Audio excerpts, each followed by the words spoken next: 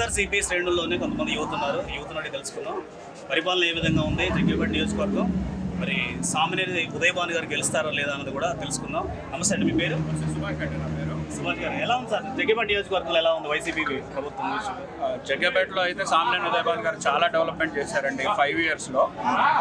మీరు ఎక్కడ ఏ స్ట్రీట్ తీసుకున్నా కూడా రోడ్ల దగ్గర నుంచి కానీ, లేకపోతే మాకు స్ట్రీట్ లైట్ల దగ్గర నుంచి కానీ ప్రతి విషయంలో కూడా అసలు మనం జగ్గేపేట గుర్తు తెలియని విధంగా తయారు చేశారు ఉదయభాను గారు అనేది. ఏదో ఇప్పుడు ఎలక్షన్లు వచ్చినాయని ఆయన తిరగటం కాదు, ఆయన గెలిచిన దగ్గర నుంచి నియోజకవర్గంలోనే ఉన్నారు, ప్రజల కోసమే పాటుపడ్డారు. కరోనా టైంలో కూడా ఎంతోమంది ప్రాణాలు పోయినప్పుడు కూడా ఆయన లెక్క చేయకుండా ప్రతి ఇంటికి వెళ్ళారు. 3 సార్లు కరోనా వచ్చింది ఆయనకి, 2 సార్లు హాస్పిటల్లో అడ్మిట్ అయ్యారు. అయినా కూడా ఆయన కేర్ చేయకుండా మనకి ఆ కరోనా టైంలో కూడా అంతే తిరిగారు. ఆయన నిత్యం ఆయన ప్రజల్లోనే ఉంటారు. ఆయనే కాదు, వాళ్ళ 2 కుమారులు అయిన ప్రసాద్ గారు కానీ, లేకపోతే వాళ్ళ ఫ్యామిలీ కానీ, ఎవరో ఒకళ్ళు, వాళ్ళ సామినేని విమలాభాను గారు కానీ, ప్రతి ఒక్కళ్ళు అందుబాటులోనే ఉంటారు. ఏదో మనకి గెలిచేశారు కదా అని హైదరాబాద్లో ఎక్కడ ఓన్లీ జగ్గేపేట వాళ్ళు ఉంటారు.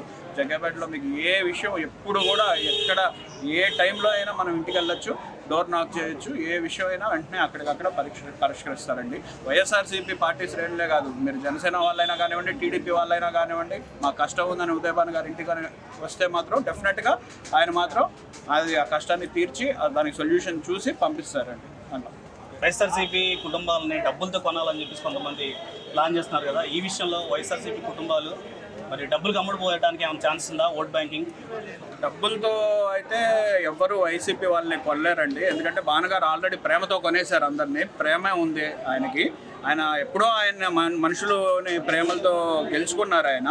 సో ఎన్ని లక్షలు ఇచ్చినా, ఎన్ని కోట్లు ఇచ్చినా ఇవాళ ఒక్కళ్ళు కూడా వెళ్ళే దాంట్లో లేదు. ఒకవేళ డబ్బులతో కొన్నా కూడా ఉదయభాను గారికే ఓటేస్తారు. డబ్బులు ఏ పార్టీలో తీసుకున్నా కూడా ఫ్యాన్కే ఓటేస్తారు. ఎందుకంటే జగ్గేపేటలో అంత సంశయం జరిగింది, స్టేట్లో జగన్ గారు అంత చేశారు. ఈసారి కూడా డెఫినెట్గా ఉదయభాను గారు వస్తారు. ఈసారి డెఫినెట్గా మనకి మినిస్టర్ అవుతారు. మినిస్టర్ అయిన తర్వాత మనకి ఇంకా ఎలా ఉంటుందో అభివృద్ధి అనేది మీరు చూస్తారు. జగ్గేపేటకే పరిమితం కాదండి, స్టేట్ మొత్తానికి కూడా ఈసారి అనేది మీరు చూస్తారు ఉదయభాను గారు ఎట్లా అనేది.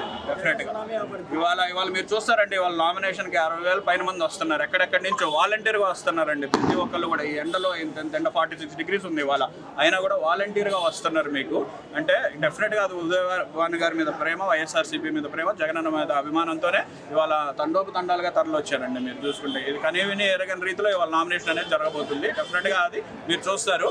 దీంట్లోనే 75% విన్ అయిపోయామని కూడా ఖచ్చితంగా ప్రతి ఒక్కళ్ళు ధీమా వ్యక్తం చేస్తున్నారండి.